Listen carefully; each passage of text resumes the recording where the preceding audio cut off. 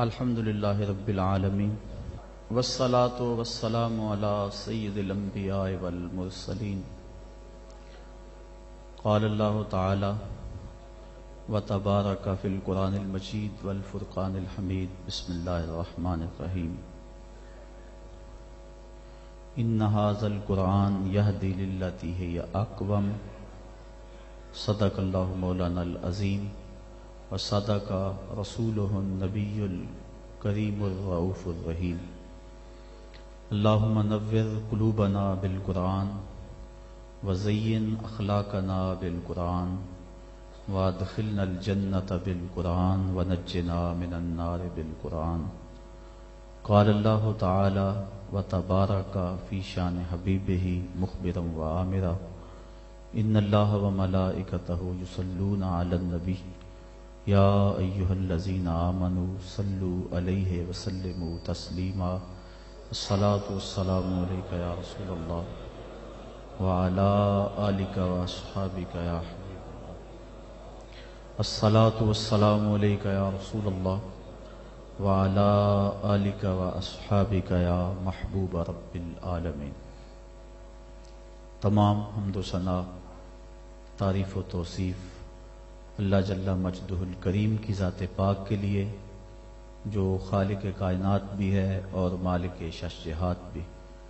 اللہ جل وعلا کی حمد و ثنا کے بعد حضور نبی اکرم، شفیع امم، رسول محتشم، نبی مکرم، اللہ کے پیارے، امت کے سہارے، رب کے محبوب، دانائے غیوب، مالک رقاب امم، فخر عرب و عجم، والی کون و مکان، سیاہ لا مکان، سید انس و جاں، سرور لالا رخاں، نیر تاباں، سر نشین مہوشاں، ماہ خوباں، شہنشاہ حسینہ، تتمہ دوراں، سر خیل زہرہ جمالاں، جلوہ صبح ازل، نور ذات لم یزل، باعث تکوین عالم، فخر آدم و بنی آدم، نیر بطحا، رازدار ما اوہا، شاہد ما طغا، صاحب علم نشرہ، معصوم آمنہ احمد مجتبیٰ،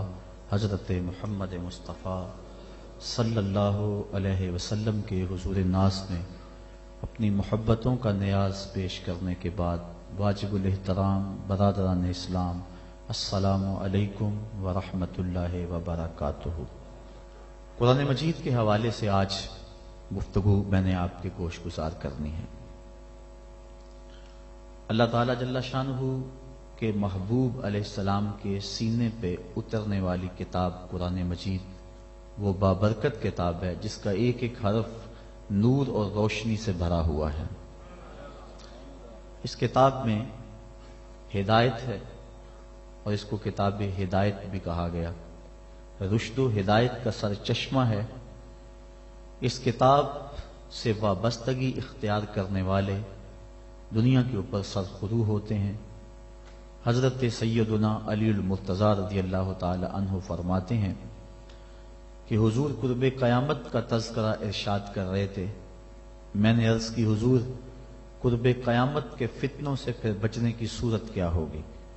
تو فرمایا اللہ کی کتاب قرآن مجید، جو اس سے لپٹ گیا وہ بچ گیا، اور جس نے قرآن سے ہدایت ڈھونڈی اس کو ہدایت مل گئی، اور جس نے قرآن کے علاوہ کسی اور جگہ سے ہدایت ڈھونڈنا چاہی اللہ اس کو گمراہ کر دے گا۔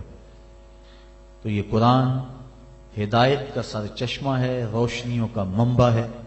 اس کا ایک ایک حرف، ایک ایک لفظ صداقتوں پہ مشتمل ہے۔ دنیا کی کوئی کتاب ایسی نہیں جس کے بارے میں یہ دعویٰ کیا جا سکے کہ اس میں غلطی کا امکان نہیں۔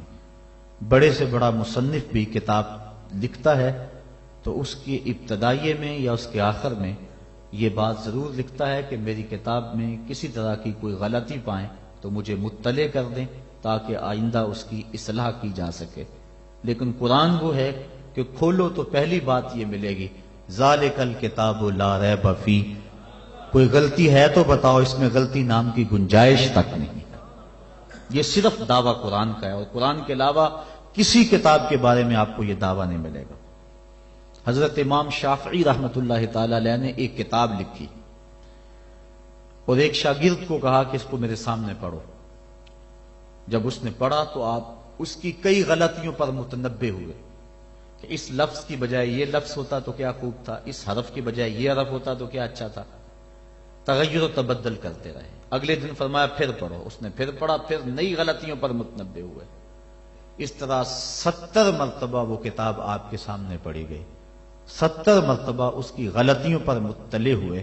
پھر اس کے بعد فرمایا داہو، چھوڑ دو، شافی کی کتاب اس قابل نہیں ہے کہ اس میں غلطی کی گنجائش نہ رہے. یہ اعزاز صرف اللہ کی کتاب قرآن مجید کو حاصل ہے کہ اس میں غلطی کی گنجائش اور غلطی کا امکان موجود نہیں ہے. یہ صرف کتاب اللہ ہے قرآن مجید کہ جس میں غلطی کا امکان تک نہیں ہے. اور دنیا کے بڑے بڑے دانشور، دنیا کے بڑے بڑے ادیب، شاعر، ان کو بطور تحدی یہ کہا گیا اگر اس کتاب میں تم شک پاتے ہو جو ہم نے اپنے بندہ خاص پہ نازل کی تو اس کی مثل ایک صورت ہی لا کے دکھاؤ. تو پھر آج تک کوئی نہیں لا سکا. ممکن ہی نہیں ہے. ممکن ہوتا تو کوئی ضرور محنت کرتا. الاتقان فی علوم القرآن کے اندر امام سیوطی لکھتے ہیں اگر قرآن کی مثل لایا جانا ممکن ہوتا تو بدر اور احد کی لڑائیاں نہ ہوتی. سیدھی سی بات تھی کہ قرآن کی مثل لے آتے، لیکن قرآن کی مثل ممکن ہی نہیں. اگر کوئی نظم جوڑنے کی کوشش بھی کرے تو وہ بے تکے لفظ ہوں گے. قرآن کی معنویت اور قرآن کی عظمت کو کوئی چھو بھی نہیں سکتا. جس طرح کہ پچھلے دنوں کے اندر ڈاکٹر شروش نے الفرقان الحق کے نام سے 7 سال کی محنت سے ایک کتاب تیار کر کے دعویٰ کیا کہ میں نے قرآن کے مقابلے میں یہ کتاب لوگوں کو پیش کی ہے. یہودی لابی اس کتاب کے فروغ کے لیے کروڑوں ڈالر صرف کر رہی ہے. انٹرنیٹ پہ وہ کتاب آپ کو دستیاب ہوگی. میں نے بھی اس کی پہلی سورت جس کا نام اسے رکھا ہے سورۃ البسم اللہ، اس کو دیکھا ہے تو مجھے متنبی یاد آ گیا. متنبی نے بھی کسی دور میں کوشش کی تھی قرآن کا مقابلہ کرنے کی. اور قرآن مجید کی ایک بڑی معروف سورت ہے القاریہ مل قاریہ وما ادراک مل قاریہ. کھڑکھڑانے والی، کانوں کے پردوں کو چیر دینے والی وہ گونج اور وہ گرج اور وہ آواز. انسان سراپا حیرت ہے. پھر کہا مل قاریہ، وہ کڑک کیا ہے. انسان پھر بھی سر جھکائے ہوئے، سمجھ، ہوش، خرد، فہم و ادراک سے بالا ہے. پھر کہا وما ادراک مل قاریہ، اپنے علم پہ ناز کرنے والے انسان تجھے کیا پتا کہ وہ قاریہ کیا ہے. یہ ہے قرآن کا اسلوب. اب متنبی نے بھی کوشش کی. اب وہ کہتا ہے الفیل مل فیل وما ادراک مل فیل، اور کہتا ہے میں قرآن کا مقابل لے آیا. فیل عربی میں ہاتھی کو کہتے ہیں. اب القاریہ ایک چیز رکھی گئی، کھڑکھڑانے والی، کانوں کے پردے کو چیر دینے والی.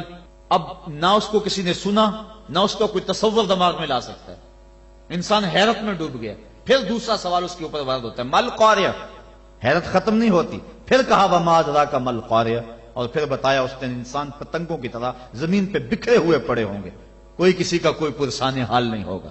اللہ تعالیٰ پورے قہر و جلال میں ہوگا اور اللہ تعالیٰ پوچھے گا این المتکبرون، تکبر کرنے والے کہاں ہیں.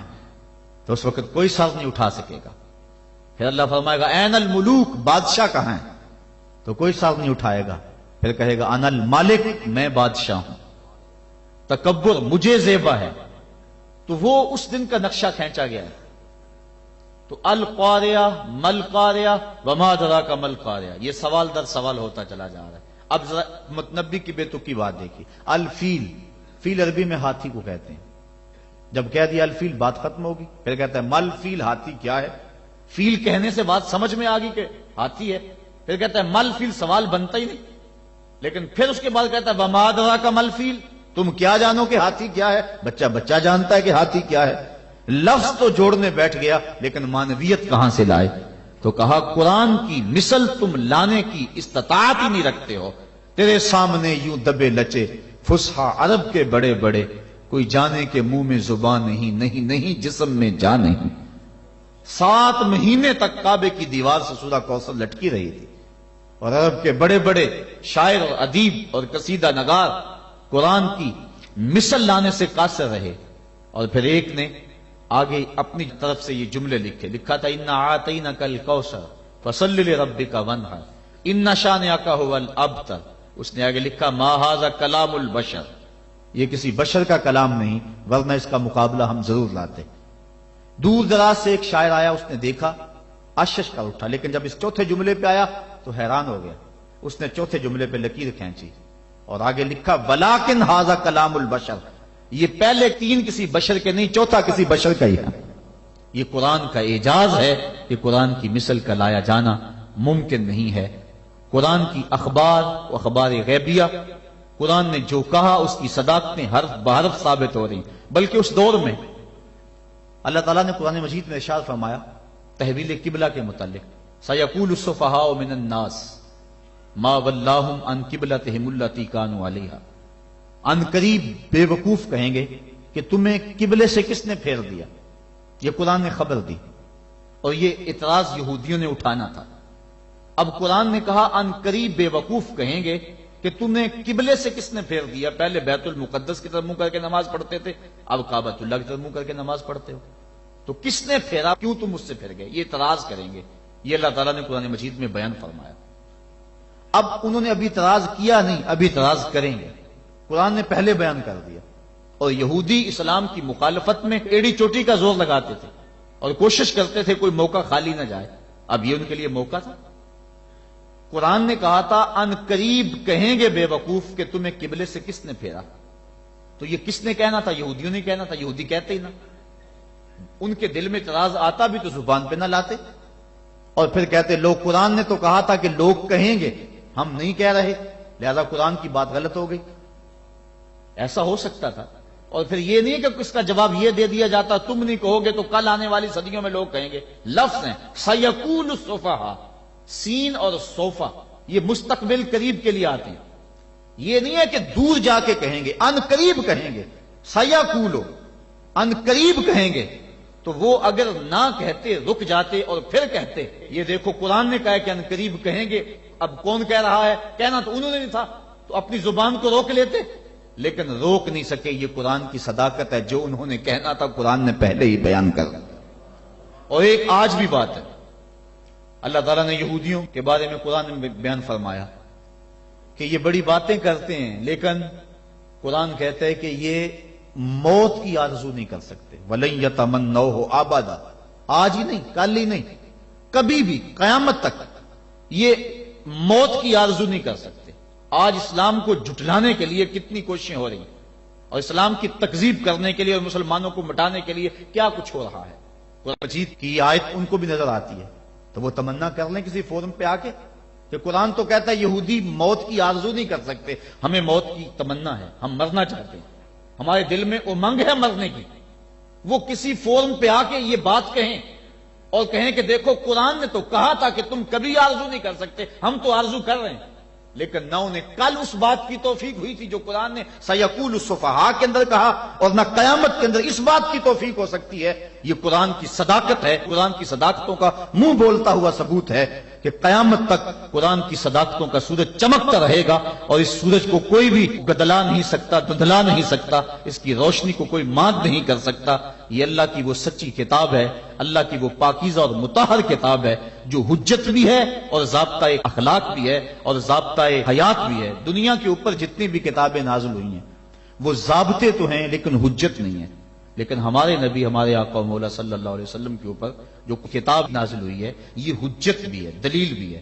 حضور کا سب سے بڑا معجزہ جو حضور کو عطا کیا گیا وہ قرآن مجید ہے۔ ایک ضابطہ ذہن میں رکھ لیں پھر بات آگے چلے۔ ہر نبی کو جو معجزہ عطا کیا جاتا رہا ہے، عادت باری تعالیٰ اس طرح رہی ہے کہ اس دور کے مطابق عطا کیا جاتا رہا ہے۔ مثال کے طور پہ حضرت داؤد علیہ السلام کے دور میں لوہے کی صنعت عروج پہ تھی، لوگ لوہے کا کام کرتے تھے، زرہیں بناتے تھے، لوہے کو گرم کر کے نرم کر کے ڈال کے کوئی شکل دیتے۔ تو اس دور میں اللہ کے نبی کو جو معجزہ دیا گیا اسی قبیل کا دیا گیا کہ وہ لوہے کو ہاتھ میں لیتے، موم کی طرح نرم ہو جاتا، لوگوں کو تو گرم کر کے نرم کرنا پڑتا، اللہ کا نبی یوں ہی اس کو نرم فرما لیتا۔ تو یہ چیز بطور معجزہ عطا کر دی گئی۔ حضرت یوسف علیہ السلام کے دور میں حسن کا چراغ گلی گلی جل رہا تھا، اللہ نے اپنے نبی کو معجزہ حسن عطا فرمایا۔ حضرت موسیٰ علیہ السلام کا دور دیکھیے، جادوگری کا فن عروج پہ تھا، نقطہ کمال پہ تھا، گھر گھر جادوگر پائے جاتے تھے۔ اللہ کے نبی کو جو معجزہ دیا گیا وہ کرشماتی عصا تھا، جو کبھی چھوٹا ہو جاتا ہے، کبھی بڑا ہو جاتا ہے، کبھی پتے جھاڑتے ہیں، کبھی بکریاں ہانکتے ہیں، کبھی ضرورت ہوتی ہے تو اس پہ ٹیک لگا کے کھڑے ہو جاتے ہیں، اور جب احتیاج ہوتی ہے تو وہی سانپ بن جاتا ہے، اژدہا بن جاتا ہے، اور منوں ٹنوں کے حساب سے پھینکی ہوئی رسیوں کو نگل لیتا ہے۔ جب سمٹتا ہے تو عصا کا عصا، نہ قد بڑھتا ہے، نہ وزن بڑھتا ہے، نہ حجم بڑھتا ہے۔ تو چونکہ جادوگری کا دور تھا، جو معجزہ دیا گیا وہ جادوگروں کے فخر کو توڑتا دکھائی دے رہا ہے۔ حضرت صالح علیہ السلام کے دور میں لوگ پتھر سے چیزیں بنانے کے عادی تھے، لیکن اللہ نے جو نبی کو معجزہ دیا وہ پتھر سے زندہ اونٹنی نکال کے دکھا دی۔ حضرت عیسیٰ علیہ السلام کا دور دیکھ لیجئے، یہ طب کے عروج کا دور ہے۔ طب یونانی نے درجہ کمال حاصل کر لیا، ہر مرض کی تدبیر، تشخیص، علاج، معالجہ دریافت کر لیا گیا تھا، لیکن 3 امراض کا ان کے پاس علاج نہیں تھا۔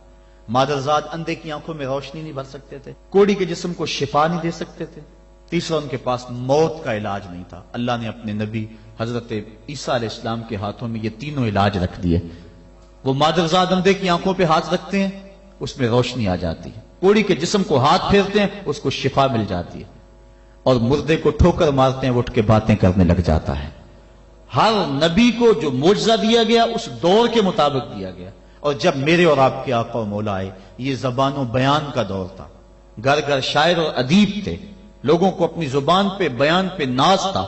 جو سب سے بڑا معجزہ جو حضور کو دیا گیا وہ معجزہ قرآن دیا گیا، اور پھر اس کی حفاظت اللہ نے اپنے ذمہ کرم پہ لی۔ باقی کتابیں بھی تو اللہ کی تھی، لیکن ان کی حفاظت اللہ نے اپنے ذمہ کرم پہ نہیں لی، اس لیے کہ ان کتابوں کے بعد نئی کتاب نے آنا تھا۔ اگر ان میں تحریف راپ آ جاتی ہے، ان میں کمی بیشی ہو جاتی ہے، تو نئی کتاب آ کے اس خلا کو پورا کر دے گی۔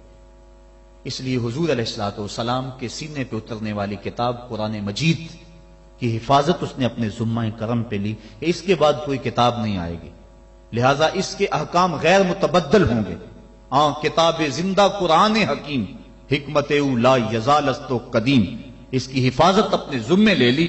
قیامت تک آنے والی نسلوں کے دکھوں کا مداوع اس ایک کتاب قرآن مجید کے اندر رکھ دیا، اور اس کتاب سے وابستہ ہونے والا، اس سے روشنی اور نور لینے والا محروم نہیں رہ سکتا ہے۔ یہ قرآن اللہ کا پیغام ہے جو امت کے نام مصطفیٰ کی وساطت سے دیا گیا ہے۔ اللہ تعالیٰ گفتگو فرماتا ہے لوگوں سے کلام مجید کے پردے میں، بلکہ حضور نے ارشاد فرمایا تم میں سے اگر کسی کا اللہ سے باتیں کرنے کو جی چاہے تو وہ قرآن کھول کے بیٹھ جائے۔ قرآن اللہ سے ہم کلام ہونا ہے، اللہ سے سرگوشیاں کرنا ہے، اللہ سے باتیں کرنا ہے۔ کاش ہم قرآن مجید کے مفہوم کو اور قرآن مجید کے معانی و مطالب کو سمجھ کے اس کو پڑھنے کی کوشش کریں۔ آج اس امت کا المیہ یہی ہے کہ اس نے قرآن مجید کو چھوڑ دیا ہوا ہے۔ ہم نے بطور رسم قرآن مجید کو اپنایا ہے، رسم کے طور پہ پڑھتے ہیں، لیکن اس کو جس مقصد کے لیے نازل کیا گیا تھا وہ مقصد ہمیں حاصل نہیں ہے۔ میں آپ سے ایک سادہ سا سوال کرنا چاہوں گا۔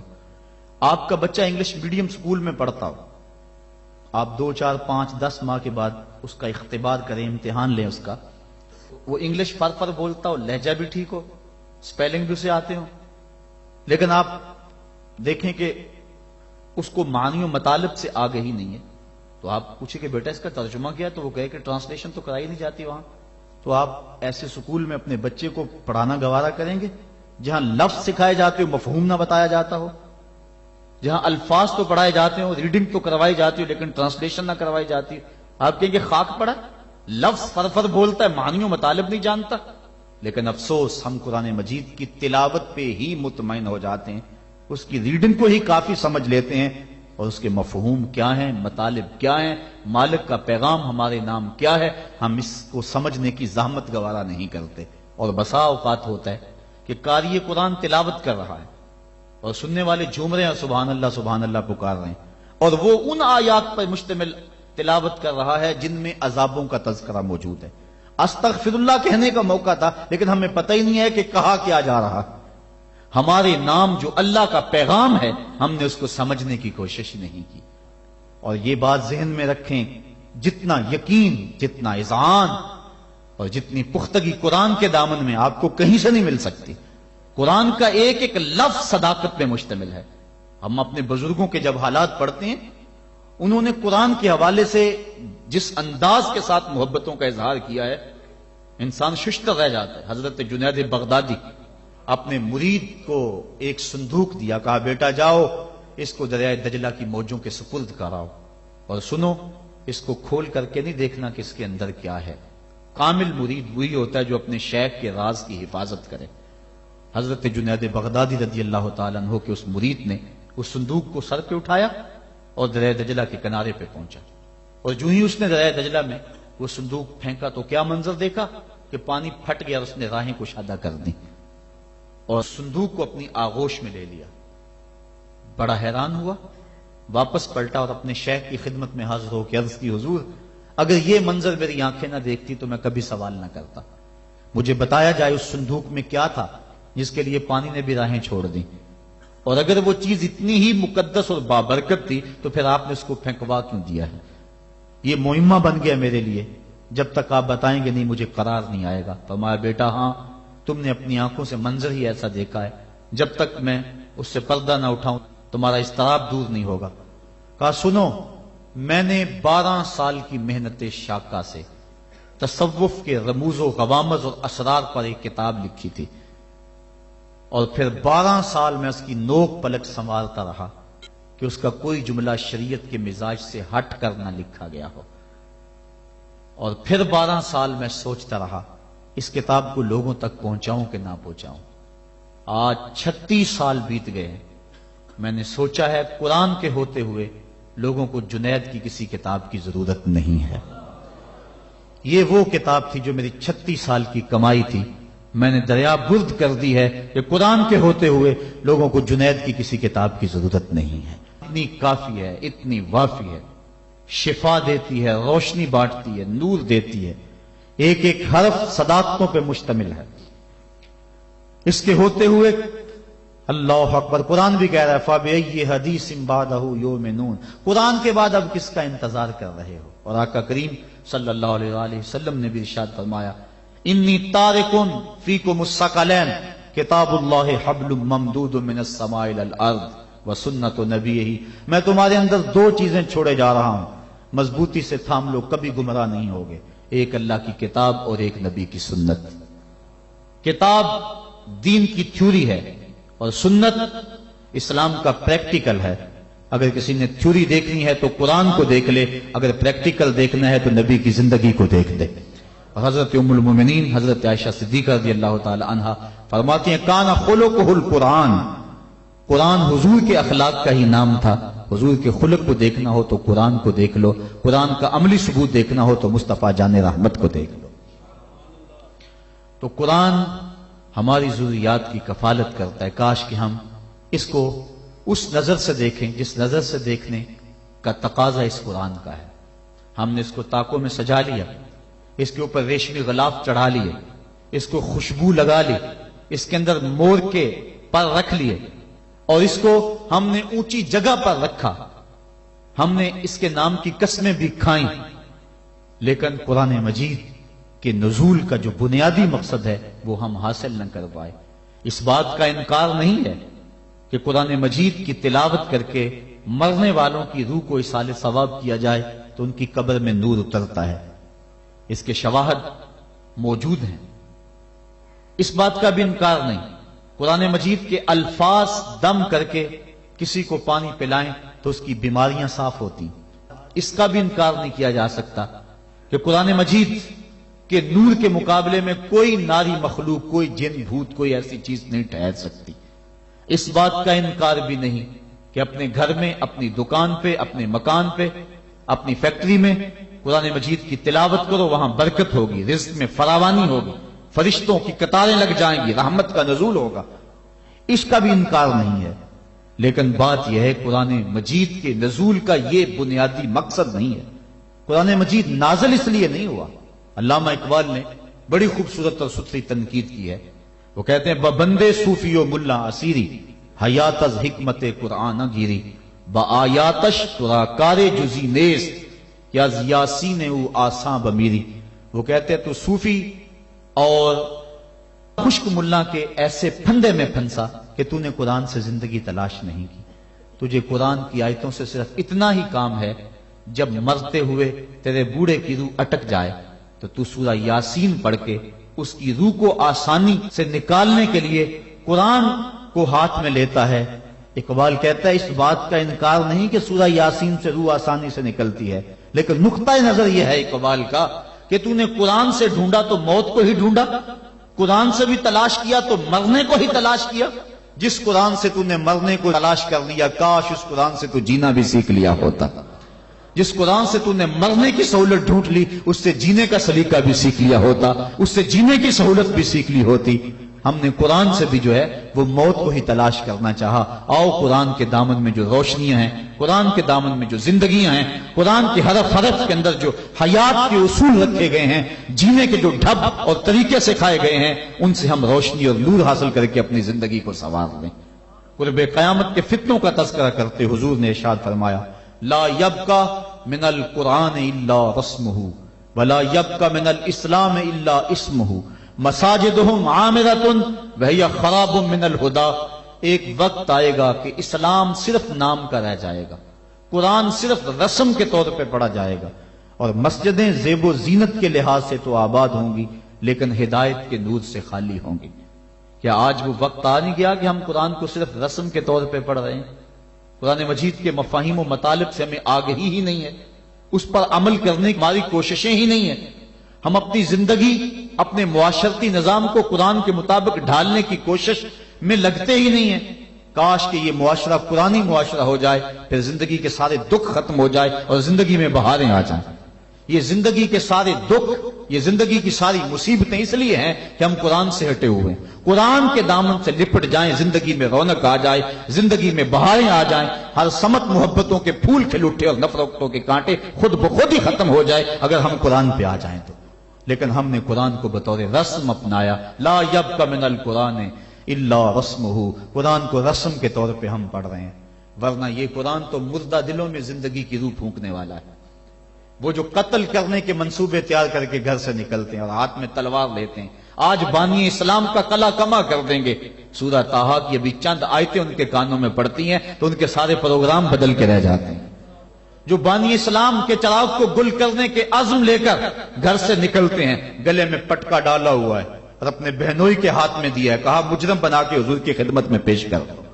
یہ قرآن کی تاثیر تھی، اور پھر قرآن ان کے اوپر ایسا اترا کہ پھر ان کی زبان سے قرآن کا جو نغمہ پھوٹا، لوگوں کی تقدیر پلٹتا چلا گیا۔ حضرت عمر فاروق کا دور ہمایوں ہے، مسجد نبوی میں عورتیں بھی نماز پڑھتی ہیں، مرد بھی نماز پڑھتے ہیں۔ مرور زمانہ اور فتنے کے اندیشے سے حضرت عمر فاروق کے دور میں عورتوں کو مسجد میں باجماعت نماز پڑھنے آنے سے منع کیا گیا تھا، ورنہ پہلے مردوں کی صفیں، پھر بچوں کی، پھر خنسا، اور پھر اس کے بعد عورتوں کی صفیں ہوا کرتی تھی۔ حضرت عمر فاروق کے دور میں جو ہے وہ کچھ دور گزرنے کے بعد اس کی ممانعت ہوئی۔ آپ کا دور ہمایوں میں مسجد میں عورتیں بھی نمازیں پڑھنے آتی ہیں اور مرد بھی۔ ایک عورت اللہ نے اس کو شکل و صورت سے نواز رکھا ہے، وہ نماز پڑھنے آتی ہے، ایک نوجوان رستہ روک کے کھڑا ہو جاتا ہے، 2 4 5 مرتبہ اس نے اس کی مزاحمت کے انداز کو دیکھا۔ ایک دن رک کر پوچھا تجھے کیا مسئلہ ہے؟ اس نے اپنے قلب کی خواہش کا اظہار کیا کہ میں تیرا متوالا ہوں، چاہنے والا ہوں، تیری ایک ایک ادا پہ 100 جان سے قربان ہونے کے لیے تیار کھڑا ہوں۔ اس نے کہا میری ایک شرط پوری کر دے، میں تیری ہر خواہش، تیری ہر بات مانوں گی۔ اس نے کہا جلدی کہو، میں تمہارے لیے آسمان سے تارے بھی توڑ لاؤں گا۔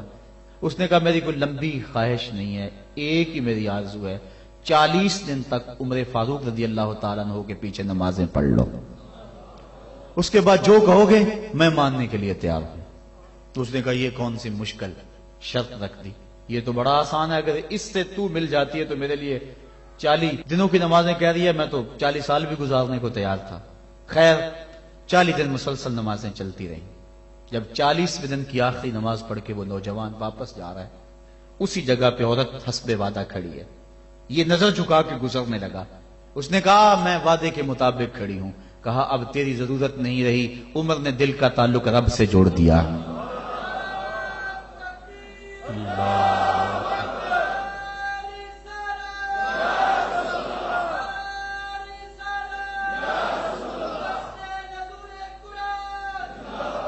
اگر ہم 40 سال ہمارے پیچھے لوگ نمازیں پڑھتے رہیں اور ان میں تبدیلی نہ آئے تو پھر ہمیں سوچنا چاہیے نا۔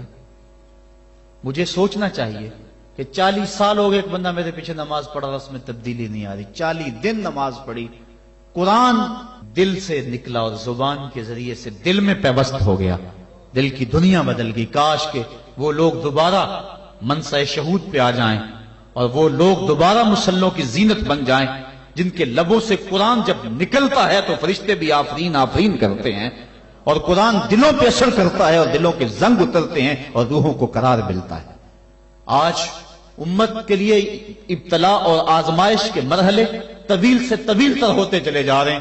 اس کا ایک سبب یہ ہے کہ جو امت کے رہنما ہیں وہ درد کی دولت سے خالی ہیں. واعظ قوم کی وہ پختہ خیالی نہ رہی، برق طبعی نہ رہی، شعلہ میں کالی نہ رہی، رہ گئی رسم آذاں روح بلالی نہ رہی، فلسفہ رہ گیا تلقین غزالی نہ رہی، مسجد مرثیہ خواہیں کہ نمازی نہ رہے، یعنی صاحب اوصاف وہ حجازی نہ رہے. آج ہمارے اندر کچھ نہیں رہا، دم خم ہی نہیں رہا، ورنہ اس امت کا بکھرا ہوا شیرازہ آج بھی متحد ہو سکتا تھا. آج پوری امت جس طرح دھکے کھا رہی ہے کس کے سامنے نہیں ہے حالات. کبھی ہمارا کردار لوگوں کو زندگی کی راہیں دکھایا کرتا تھا، آج ہمیں دیکھ کے لوگ دین سے بدزن ہوتے چلے جا رہے ہیں. حضرت نبی رحمت صلی اللہ علیہ وآلہ وسلم کی سیرت میں مشتمل ایک کتاب لکھی گئی ہے عرب کا چاند، اور اس کا رائٹر ہے سوامی لکشمن پرشاد، انڈیا کا رہنے والا ہے. اس نے حضور کی سیرت پر 200-250 صفحات پر مشتمل کتاب لکھی. بچپن میں میری نظر سے بھی گزری، بڑے ذوق سے اس کو پڑھا تھا. سوامی لکشمن پرشاد سے انٹرویو کیا گیا کہ تو نے حضور کی سیرت پہ کتاب لکھی ہے، اتنا بڑا کام کیا، تو کلمہ پڑھ کے حضور کا غلام کیوں نہیں بن جاتا؟ جس انداز سے تو نے محبت کے موتی بکھیرے ہیں اور الفتوں کے پھول اس کتاب میں تو نے اگائے ہیں، تو کیوں نہیں کلمہ پڑھ کے حضور کا غلام بن جاتا؟ تو لالو کا جواب سنیے، ہماری آنکھیں کھول دینے کے لیے کافی ہے، اور اتنا زناٹے دار تماچا ہے، اگر ہم محسوس کریں تو صدیوں اس کی کسک نہ جائے، اگر نہ محسوس کرے تو وہ ایک گاڑی کے پیچھے لکھا تھا عقل نہ ہو تو موجیں موجاں، لیکن اگر سمجھنے کی بات ہو تو اتنی بڑی تنبیہ ہے کہ پاؤں کے نیچے سے زمین نکل جاتی ہے اور ہمیں اپنے وجود سے شرم آتی ہے، ہمارے جسم کا ایک ایک رواں پسینے سے شرابور ہو جاتا ہے. سوامی لکشمن پرشاد نے جواب دیا، کہا جب میں حضور کی سیرت لکھنے بیٹھا، بڑی بڑی امہات کتب سیر کو پڑھا اور اس کے نتیجے میں نے یہ کتاب تیار کی ہے. حضور کی سیرت کے روشن گوشے اور حضور کی زندگی کے درخشاں باب جب میں نے دیکھے تو یہ جذبہ میرے دل میں انگڑائیاں لینے لگا کہ میں دیر کیوں کرتا ہوں، حضور کا غلام کیوں نہیں بن جاتا. لیکن جب میں مسلمانوں کے کردار کو دیکھتا ہوں تو میں کہتا ہوں میں ہندو ہی ٹھیک ہوں. ہمارا کردار لوگوں کے ایمان کے راستے میں رکاوٹ بنا ہوا ہے. جب امریکہ کے خلاف نعرے لگ رہے تھے، ان نعرے لگانے والوں میں میں بھی شامل تھا، لیکن ایک بات میں نے کہی تھی، میں نے کہا آج ہم دنیا کی اس طاقت کے ساتھ ٹکر دینے کی بات تو کرتے ہیں، لیکن ہم نے کبھی اپنے کردار کو جھانک کر کے بھی دیکھا؟ جس بستی، جس شہر اور جس ملک کی حالت یہ ہے کہ واٹر کولر کے اوپر لگے ہوئے جو گلاس ہیں وہ بھی زنجیروں سے باندھے ہوئے ہوں، وہ قوم امریکہ جیسی قوم سے ٹکر نہیں کر سکتی ہے. مسجدوں کی لیٹرینوں کے گندے لوٹے بھی سنگلیوں سے باندھنے پڑے. جس قوم کا یہ کردار ہے، کیا وہ قوم پنپ سکتی ہے، جہان میں نشو و نما پا سکتی ہے؟ ہم تو اس قدر گراوٹ کا شکار ہیں، ہم اس قدر گرے ہوئے ہیں کہ ہماری لیٹرینوں کے گندے لوٹے وہ بھی باندھ کے رکھنے پڑتے ہیں، ورنہ ہم اتنے چور ہیں کہ وہ بھی اٹھا کے لے جائیں. تو جس قوم کا یہ حال ہو، وہ قوم کیا دنیا کی طاقتور قوموں کی آنکھوں میں آنکھیں ڈال کے بات کر سکتی ہے؟ آج ہمارا المیہ یہی ہے، ہمارے پاس سب کچھ ہے، لیکن ہمارے پاس وہ ایمان کی حرارت نہیں رہی، وہ دیانت نہیں رہی، وہ روشنی اور وہ نور نہیں رہا، وہ ہمارے پاس وہ اجالے نہیں رہے. قرآن نے ہمیں جو زندگی گزارنے کا ڈھب دیا ہے، ہمارے پاس وہ ڈھب نہیں رہا. ہماری زندہ لاشیں لوگوں کے ایمان کے رستے میں رکاوٹ بنی ہوئی ہیں، ورنہ ہم اپنے صدر اسلام میں دیکھتے ہیں اور بعد کی کہانیاں پڑھتے ہیں تو دنگ رہ جاتے ہیں. امام محمد کا جنازہ اٹھتا ہے تو ایک یہودی آگے بڑھ کے جنازے کی چارپائی کو کندھا دینے کی خواہش کرتے ہوئے آگے بڑھتا ہے، اور جو ہی کندھا امام محمد کے جنازے کی چارپائی پہ چھوتا ہے تو اس کے لبوں پہ کلمہ جاری ہو جاتا ہے. ہمارے بزرگوں کی لاشیں بھی دین دیا کرتی تھی، ان کی میتیں بھی لوگوں کو کلمہ دیا کرتی تھی، اور ہماری زندہ لاشیں لوگوں کو اسلام سے ہٹا رہی ہیں۔ میں نے اور آپ نے اپنے رویے کو دیکھنا ہے، اپنے عمل پہ غور کرنا ہے۔ علماء نے اپنے منصب کو دیکھنا ہے، جو صوفیاء اعظام ہیں، مشائخ ہیں، انہوں نے اپنے منصب کو دیکھنا ہے، اور جو عوام ہیں انہوں نے اپنے منصب کو دیکھنا ہے۔ تیرے صوفے ہیں فرنگی، تیرے کالی ہیں ایرانی، خون کے آنسو رلاتی ہے جوانوں کی تن آسانی، ہر کوئی مست مئے ذوق تن آسانی ہے۔ تم مسلمان ہو یہ انداز مسلمانی ہے، حیدری فقر ہے نئے دولت عثمانی ہے، تم کو اسلاف سے کیا نسبت روحانی ہے، وہ معزز تھے زمانے میں مسلمان ہو کر، تم خار ہوئے ہو تارک قرآن ہو کر۔ ہماری ذلت، ہماری پستی، ہماری زبوحالی کی وجہ یہ ہے کہ ہم نے قرآن سے ناطہ توڑ لیا ہے۔ آئیے قرآن سے ٹوٹا ہوا ناطہ دوبارہ جوڑیں اور صحیح معنوں میں مسلمان بن جائیں۔ جب صحیح معنوں میں مسلمان بن جائیں گے تو دنیا کی بڑی طاقتیں ہمارے سامنے خم ہو جائیں گی۔ ہم تو 313 ہو کے نہیں دبے تھے، اب تو دنیا کی ایک بہت بڑی قوت ہے اہل ایمان۔ تو آئیے ہم قرآن مجید سے اپنے رابطے کو مضبوط تر کریں اور قرآن مجید کی جو تعلیمات ہیں ان تعلیمات کو اپنے معاشرے میں نافذ کرنے کی کوشش کریں۔ دیکھیے ہمارا معاشرہ اس وقت جس بدامنی کا شکار ہے، اور جو مالی وسائل اس وقت ہمارے پاس موجود ہیں اور آسائشیں اللہ کی طرف سے اس وقت برس چکی ہیں ہمارے اوپر، اس کے باوجود ہر طرف بے یقینی، بے نوری اور عدم اطمینان، اس کی بنیادی وجہ چونکہ طمانیت دولت میں نہیں ہے، یہ بات ذہن میں رکھیں۔ طمانیت لمبی گاڑیوں میں نہیں ہے، سکون کی دولت خوبصورت عورت کے پہلو میں نہیں ہے۔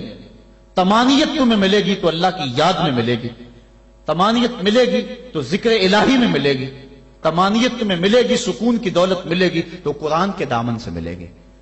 آج اتنا کچھ ہونے کے باوجود بھی رسوائیاں ہمارا مقدر ہیں، ذلت ہمارا مقدر ہے، اور آج ہمارا وجود امت مسلمہ کے لیے ایک داغ کی حیثیت رکھتا ہے۔ یہ ایک ایسا دکھڑا ہے کہ میں کس انداز سے اس بات کو آپ کے سامنے رکھوں، یہ اندر کی کیفیت ہے۔ اللہ تعالیٰ اس امت کو کھویا ہوا وقار عطا کر دے اور ہم اس جگہ پہ آ جائیں جس جگہ سے ہٹ کے ہم چلے گئے ہیں۔ قرآن فہمی کا نور اگر ہمارے دل میں اترنے لگ جائے تو ہماری زندگی خود بخود سہل ہو جاتی ہے۔ میں کل دیکھ رہا تھا قرآن مجید نے زندگی گزارنے کے 2 ضابطے بیان کر دیے، وَتَوَاصَوْا بِالصَّبْرِ وَتَوَاصَوْا بِالْمَرْحَمَةِ، یعنی صبر اور مرحمت، یہ 2 چیزیں ہیں جو معاشرے کو سکون اور طمانیت دیتی ہیں۔ یعنی معاشرے میں 2 طرح کے طبقے ہیں، ایک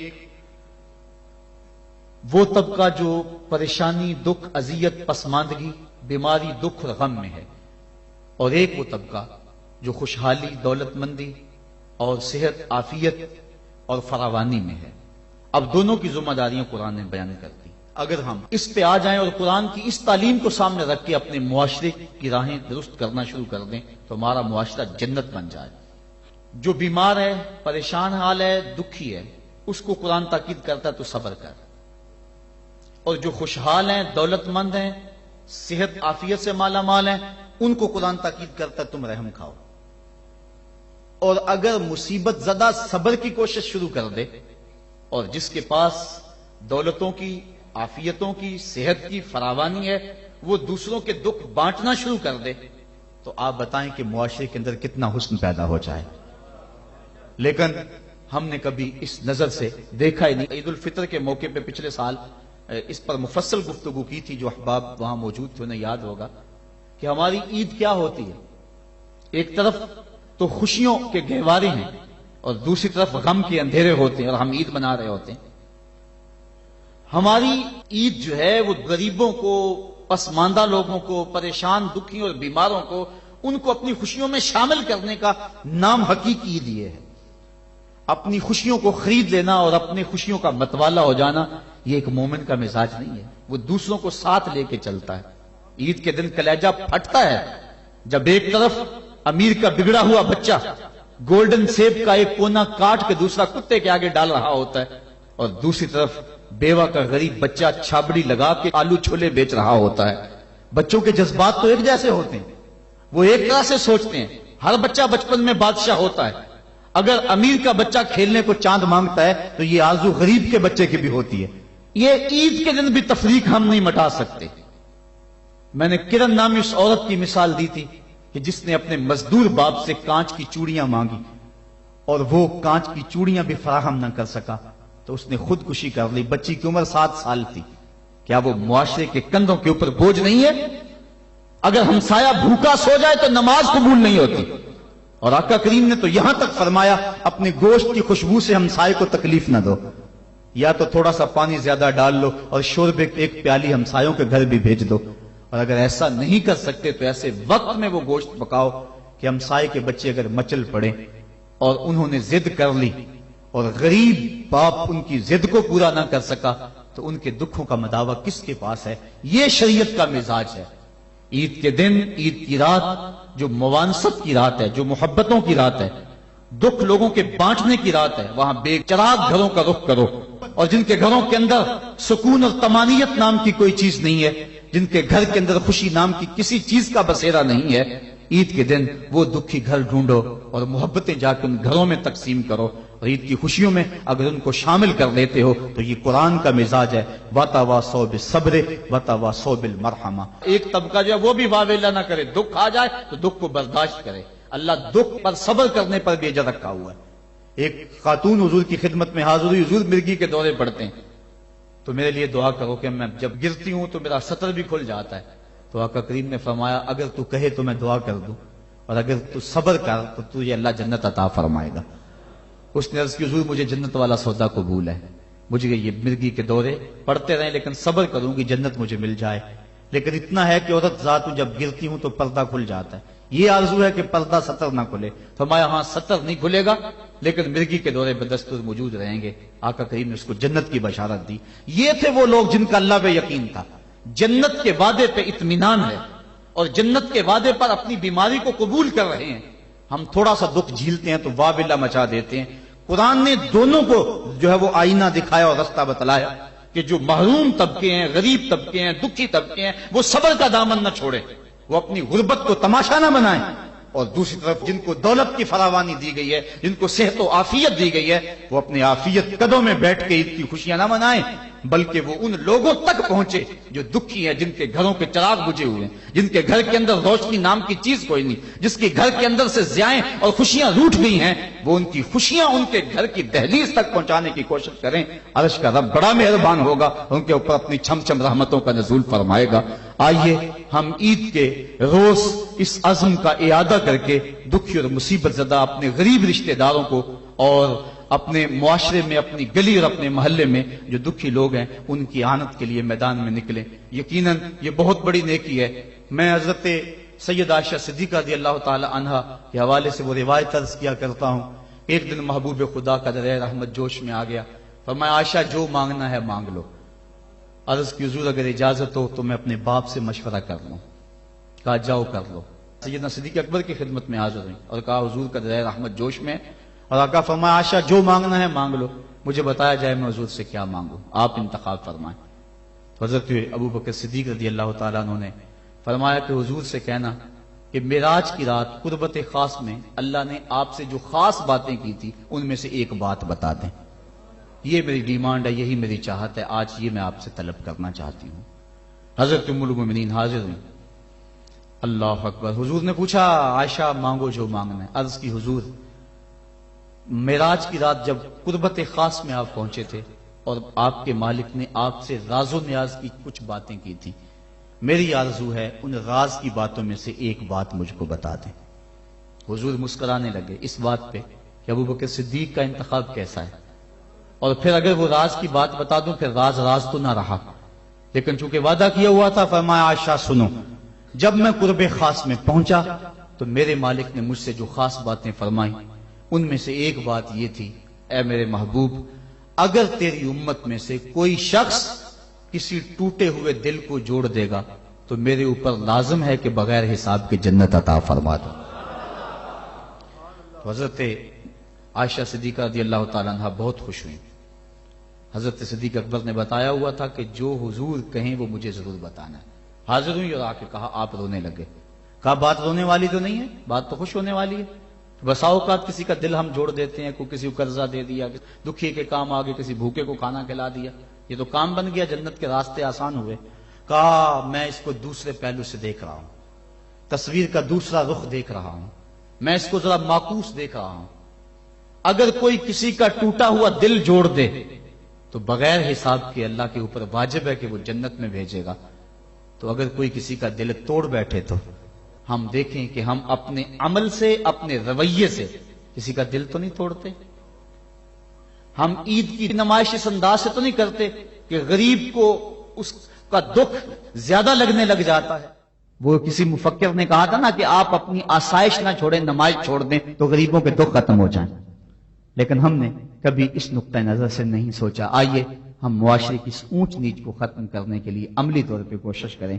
یہ ایک اہم پیغام تھا، میں آپ تک پہنچانا چاہتا تھا۔ اس پیغام کو لے لیں، پلے باندھ لیں اور اس کو گلی گلی پہنچانے کی کوشش کریں اور معاشرے کے دکھ بانٹیں۔ یہی بہت بڑی نیکی ہے۔ اللہ مجھے آپ کو توفیق عمل عطا فرمائے کہ ہم اللہ کے بتائے ہوئے دین کے مطابق اور قرآن کے بتائے ہوئے راستے کے مطابق زندگی گزاریں۔